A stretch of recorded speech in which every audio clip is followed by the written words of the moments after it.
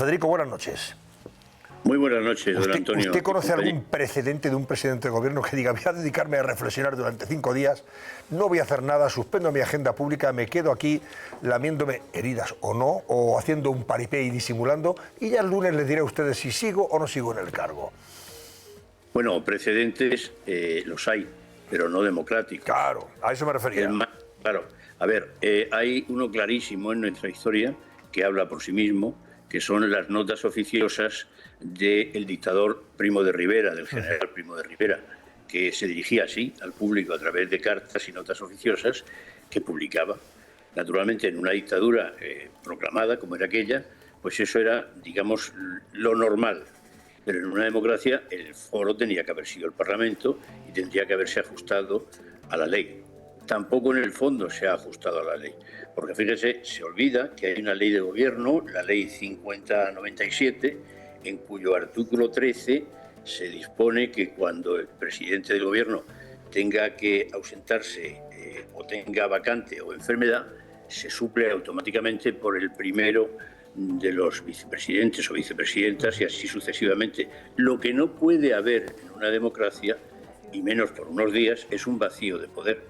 No cabe el vacío de poder en un Estado de Derecho. El Estado de Derecho prevé las fórmulas y aquí si hay vacancia, por decirlo en términos legales, es decir, si él suspende sus actividades, está en ese caso claramente y en consecuencia tendría que haber pasado la presidencia del gobierno a uno de sus vicepresidentes.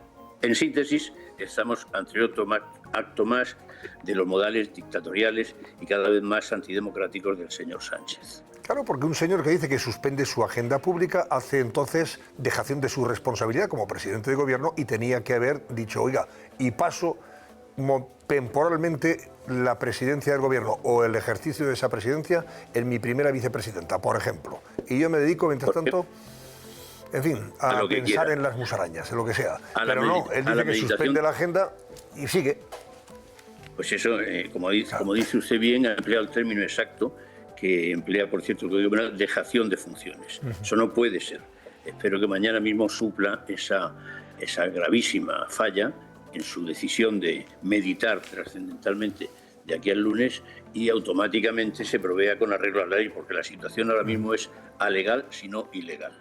Luego entraremos en el fondo del asunto, Federico, pero quiero que nos diga, en caso de que se marchara, ¿qué pasaría? No se pueden adelantar las elecciones antes del 23 de julio porque no ha pasado un año desde las anteriores. Exacto. ¿Qué pasaría? Antonio, mire, hace unos meses yo me atrevía aquí en su programa a pronosticar que no llegaban al verano, que no llegaban a julio.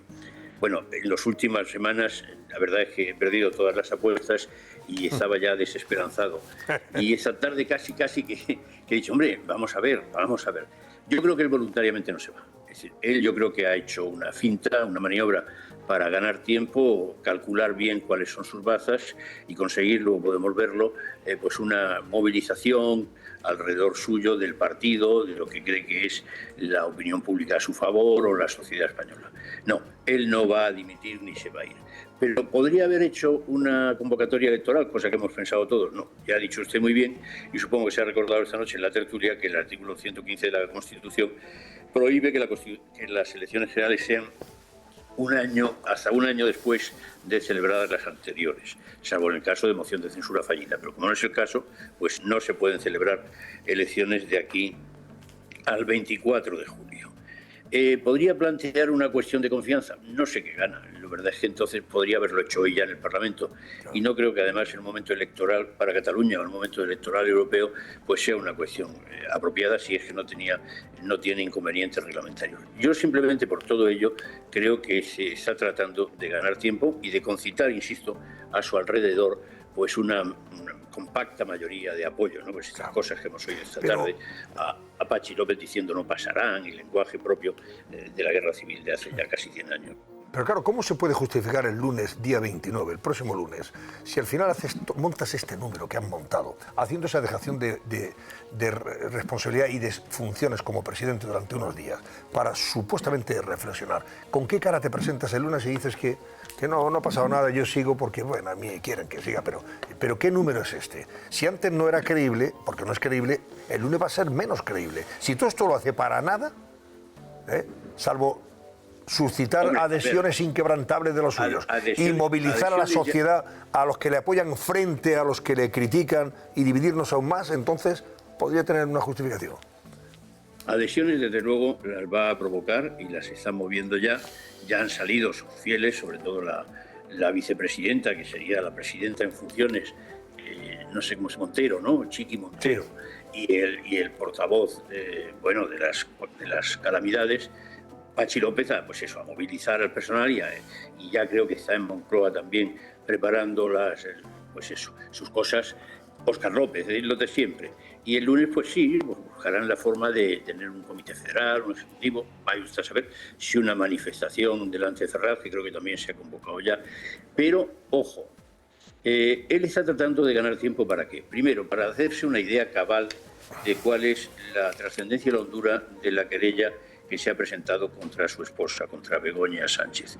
Y segundo, no hay que descuidar el caso Pegasus. Ahí está. Hoy se ha hecho público, claro, hoy se ha hecho público que los franceses están recibiendo una información que nos están dando ya al juzgado que está instruyendo, información que a su vez viene de Israel, que es la titular del software.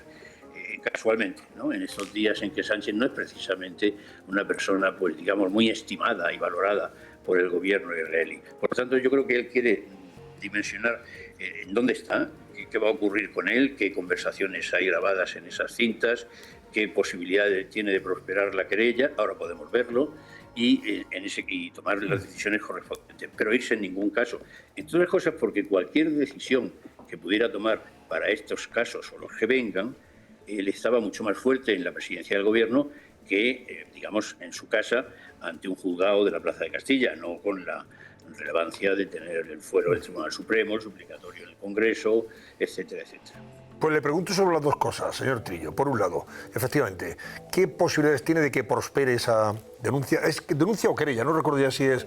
Querella de manos limpias contra Begoña Gómez, sí, que ha sido admitida a trámite en ese juzgado y ha abierto diligencias informativas. ¿Qué posibilidades tiene en función de lo que se está publicando? Se ha publicado, se está publicando. Hoy un compañero del Confidencial, José María del Olmo, decía que, ojo, que tiene más datos y tiene más información relevante sobre el papel de Begoña Sánchez en relación con esa actividad empresarial o empresas que han sido adjudicatarias del gobierno, que han recibido fondos del gobierno, subvenciones, etcétera, etcétera, y que están relacionadas con su actividad profesional.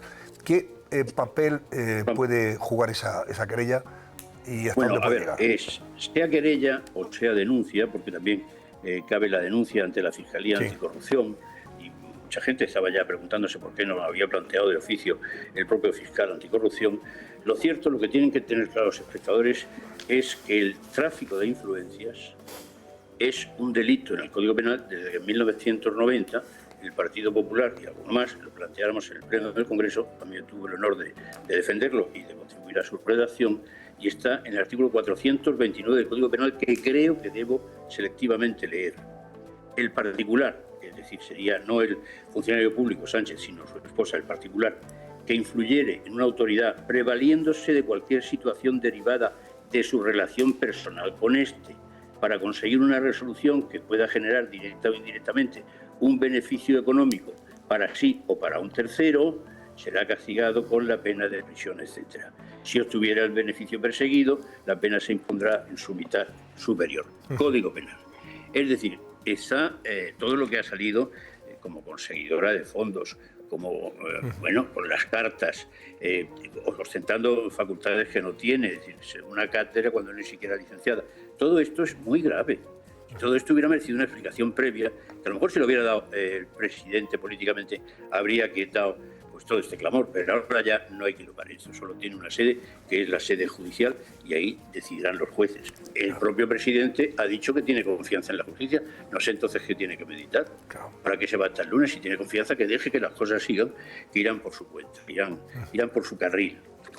Bueno, hay dos cartas además que confirman efectivamente que ella avala en esas cartas a un empresario que fue mentor suyo en esa cátedra de la Complutense, Carlos Barrabés.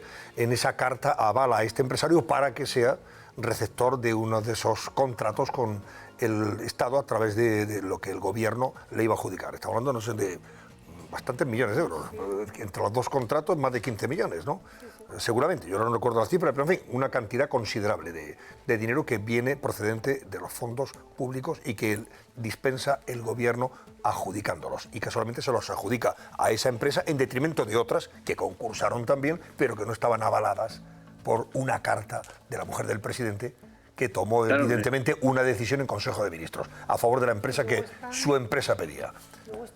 Insider trading, decíamos en aquel debate del año 90, sí. Tráfico de influencias, está regulado en toda Europa, es un delito en una democracia muy grave. En otros países, por ejemplo los anglosajones, están regulados también los lobbies, para que ese tipo de presiones se ejerzan de manera declarada por profesionales. En este caso no es así, pero es que ya la esposa del propio presidente del gobierno, hombre, resulta no llamativo, resulta pues lo que estamos viendo, que tendrá que ser investigado. Y decía, señor Trillo, que, ojo, se reabre el caso, ayer lo comentamos también aquí, el caso Pegasus. Se reabre ese caso después de que Francia envíe información a España y también, ojo, abra una investigación general, ¿no? Una orden de investigación europea con el fin de que se recabe esa información por parte de todos los países que puedan contribuir a decir quién está hackeando esos teléfonos, quién está detrás de hackear teléfonos de periodistas políticos en Francia y en España, y aquí en España concretamente al presidente del gobierno y a varios ministros. Eso podría ser, efectivamente, teniendo en cuenta que el software es israelí, ¿podría ser objeto de preocupación notable por parte de Sánchez también? Yo creo que sí, sin duda ninguna, entre otras cosas porque es preocupante objetivamente. Es decir, el hecho de que hace un año se utilizara esa información, el que habían utilizado ese software para grabar conversaciones o escuchar conversaciones del presidente del gobierno de España y de algunos de sus ministros, ya es muy preocupante.